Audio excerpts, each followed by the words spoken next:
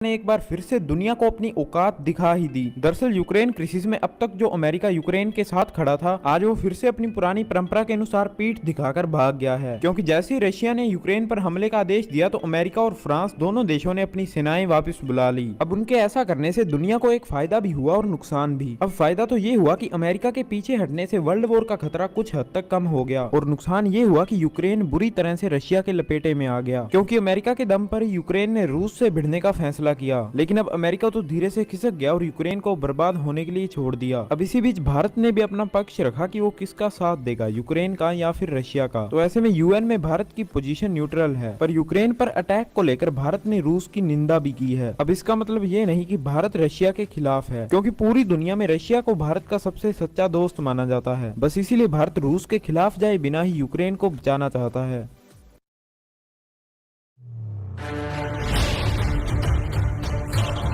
संयुक्त राष्ट्र सुरक्षा परिषद में भारत के लिए वो पल आ ही गया जब उसे अमेरिका और रूस में से किसी एक का साथ देना था। यूक्रेन पर हमला करने के चलते संयुक्त राष्ट्र सुरक्षा परिषद में रूस के खिलाफ एक प्रस्ताव लाया गया था।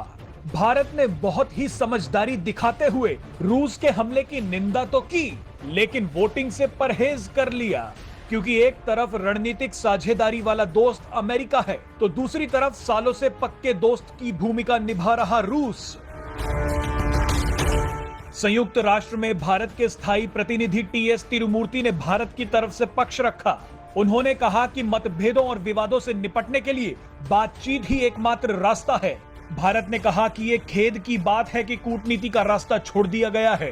बहरहाल वोटिंग से अनुपस्थित रहकर भारत ने रूस और अमेरिका दोनों को एक संदेश दिया है। यहाँ आपको एक बेहद ही दिलचस्प बात बताते हैं। 1962 के युद्ध के दौरान रूस का रुख न्यूट्रल था और अमेरिका ने चीन के खिलाफ भारत को हर मदद पहुंचाई थी। तो वहीं 1971 के युद्ध में अमेरिका ने खुलकर पाकिस्तान का साथ दिया तो अमेरिकी बेड़े को रोकने के लिए रूस सामने आ गया था। इस वीडियो में आपको बताएंगे कि यूक्रेन मुद्दे पर कैसे भारतीय कूटनीति की परीक्षा होगी। संयुक्त राष्ट्र में रूस के खिलाफ निंदा प्रस्ताव